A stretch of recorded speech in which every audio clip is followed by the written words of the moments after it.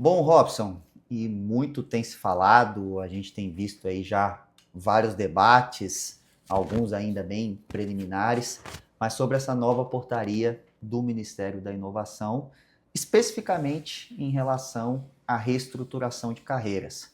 Hum. Só que, pelo que a gente tem visto, um ponto bem crucial talvez tenha ficado de lado, que é como vão ficar os planos de salários, como efetivamente vai se dar essa estruturação de carreira, o que a gente pode esperar, o que você acha desse texto, como que está esse movimento de debate quanto a isso?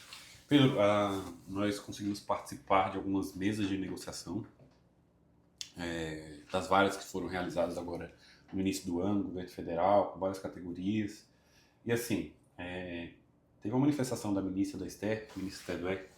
Ela falou que, na verdade, essa portaria ela já estava sendo aplicada antes de ser editada. Uhum. De fato, eles tinham algumas diretrizes lá que já privilegiavam essa coisa que hoje mais chama atenção, que é a questão da aglutinação de cargos, carreiras semelhantes, né? Uma forma de tu criar carreirões para melhor mapeamento. Eu lembro de ter visto na sala do secretário um mapeamento que eles fizeram com em torno lá de 120 carreiras. Tudo mapeado assim. Falaram, olha, isso aqui é difícil tu manejar. 120 carreiras realmente fica complicado para eles, né? Uhum. Sobre esse aspecto. Então, o que mais chamou atenção mesmo foi essa questão de diminuir, dar uma enxugada nisso e mais que isso, fazer com que esses servidores transitem entre todos os órgãos da administração pública federal sem a necessidade, sem o formalismo de uma Uhum. remoção, sem o formalismo de uma redistribuição de cargos. E aí essa ideia de eu junto os cargos e além disso eu faço que esses cargos eles tenham atuações transversais. Ou seja, se eu sou fiscal, sei lá, eu sou fiscal de uma questão agrária, mas essa questão agrária ela não interessa só o INCRA, ela pode interessar a SPU, por exemplo, pode interessar o MDA, por exemplo, diretamente. Então esse servidor ele pode fazer essas atuações nesses três órgãos a partir de uma única vinculação. Então, ou seja, haverá um trânsito maior. Óbvio que para a administração é um sonho, mas para o servidor, enfim, seria tratado como se fosse uma Uhum. marionete, né? Vai para lá, vem para cá, esquece que as pessoas têm família, planejamento familiar, enfim, isso é problema. Mas a questão que ficou um pouco escondida de fato, como você falou, essa questão remuneratória. Porque além de ter essas diretrizes sobre simplificação dos planos, tem a simplificação dos salários.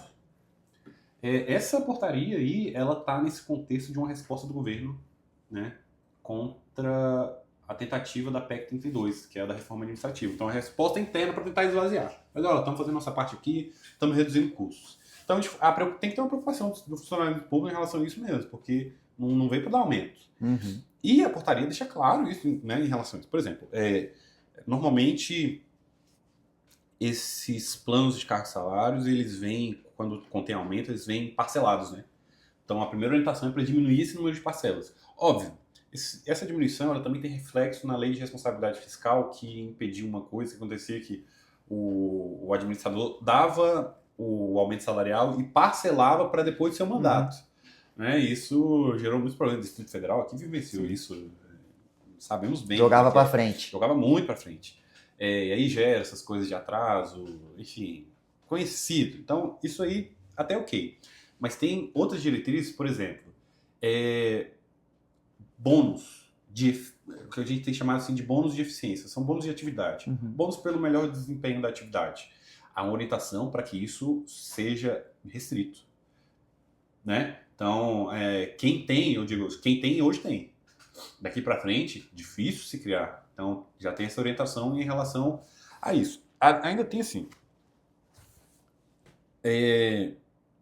infelizmente, nós não temos uma previdência que, de fato, privilegie que você receba por aquilo que pagou.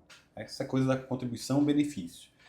E isso leva aos servidores, no geral, a privilegiar parcelas indenizatórias ou de natureza não remuneratória, onde entraria compensações, por exemplo, assim, para fugir de contribuição previdenciária, de imposto de renda, que é digno porque, querendo ou não, é uma Sim. das parcelas que a classe média é uma das parcelas que mais paga proporcionalmente imposto.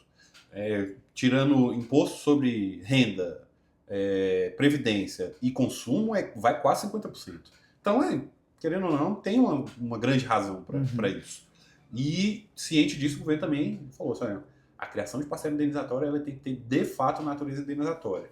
E, pela lei, natureza indenizatória seria aquela parcela que você faz algo, que você tem um custo, e este custo é que deve ser devolvido.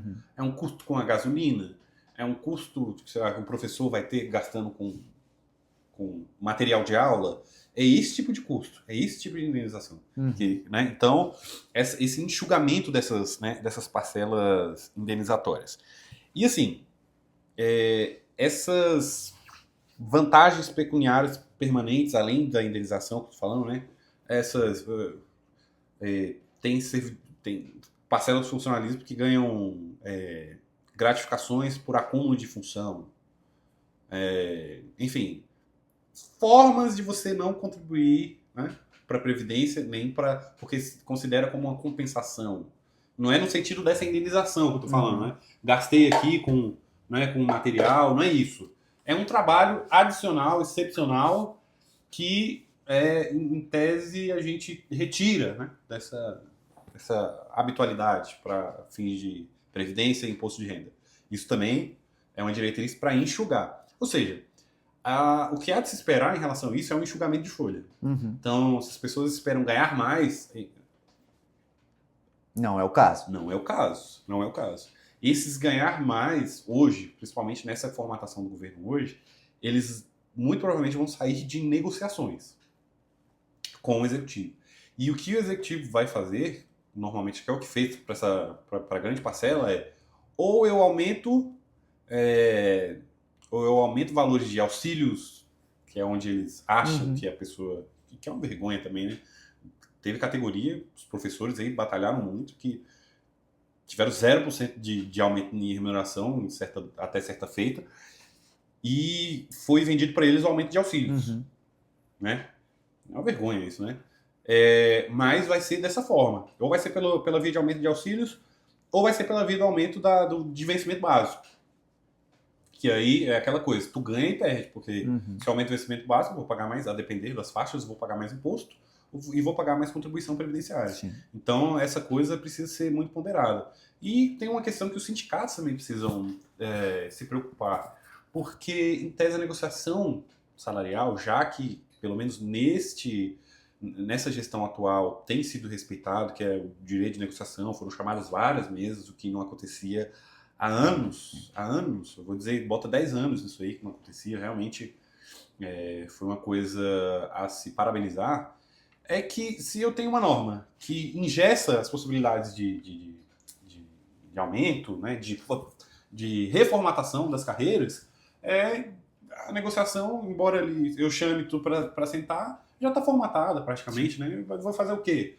Se eu não posso pensar numa criação de uma nova indenização, de um bônus de eficiência, enfim, essas coisas que as pessoas precisam se atentar daqui para frente, porque essa uniformização pode tirar a importância da singularidade das categorias. Então, né, existem categorias que se destacam por, sei lá, fazer mais trabalho de campo.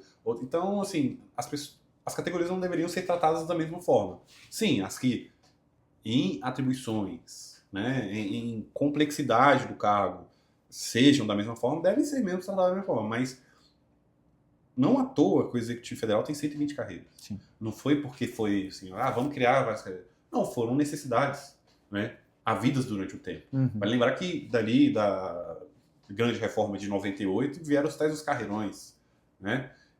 Só que essa ideia que eles estão tentando retomar, só que se viu que isso aí é ineficiente. Né? A pretensão da eficiência é ineficiente, porque isso engessa, isso impede de que a administração dê uma resposta de acordo com a realidade da necessidade do serviço público, né?